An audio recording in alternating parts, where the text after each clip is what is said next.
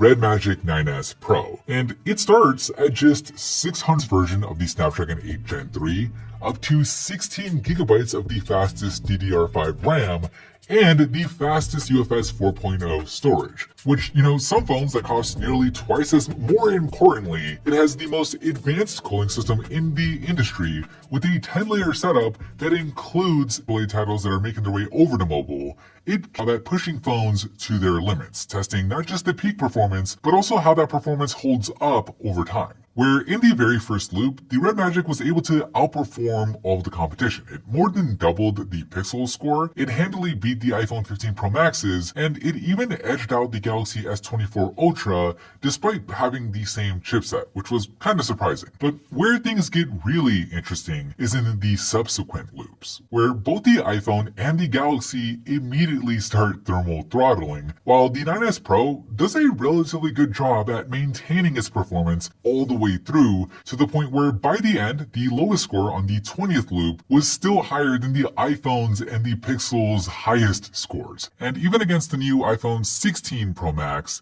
it's the same story, with better peak and sustained performance like Genshin Impact and Call of Duty Warzone with the highest settings, while still making performance matters. But there's a lot of other stuff that 9S Pro, it starts off with the design. So obviously you get this really gamer aesthetic with the transparent back and all the RGB they added, but the design is also functional, with the back being completely flat to where when you're holding the phone in landscape and gaming, you're not bumping into the cameras with your fingers. The buttons are also all on one side, so you don't accidentally click them mid-game. And my favorite thing about these REDMAGIC phones are the right trigger for shooting, which just totally transforms the experience from feeling like you're gaming just on a phone to like you're gaming with an actual controller. But going beyond the shoulder triggers and the RGB, you get an excellent display on here. It's 120 Hz with a 960 Hz touch sampling rate, so it's super responsive, and it's also really bright, going up to 1600 nits, which combined with the thin bezels and the under-display selfie camera, it arguably gives you one of the best viewing experiences you can get when it comes to these speakers. They're both in the landscape,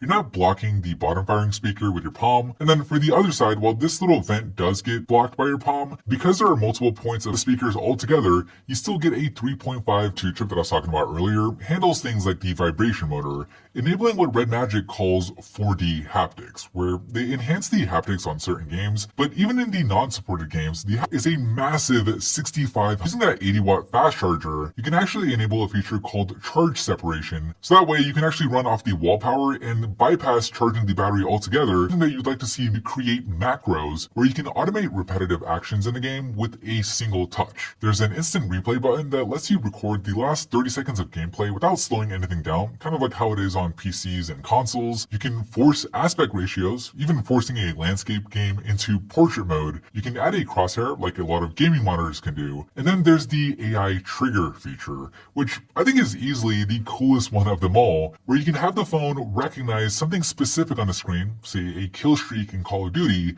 and have it automatically run an action anytime it's detected. So I set mine up so whenever my UAV comes up in Call of Duty, it automatically taps on that area, letting me focus on not getting killed and continuing my kill streak, while having it could definitely give you an advantage, which sometimes almost feels like cheating. I mean, the hunt feature on here definitely does, where it makes it easier to spot your enemies with focus abilities features by just swiping over at either edge of the screen while you're in a game, or just switch over to the game space mode, where it effectively disables the rest of the phone's UI, making it feel like a dedicated handheld, except for when you switch it back, you get a full. And as you'd expect, performance on here will benefit from the screen and the speakers, which can help for things like YouTube, but where it doesn't quite stack up with other flagships is at the camera. I mean, it's okay, you still get that Snapdragon ISP, so you can definitely get, and then while REDMAGIC has done a pretty good job at cleaning up their software over the years, like this definitely feels like a must half as much as something like the Galaxy S.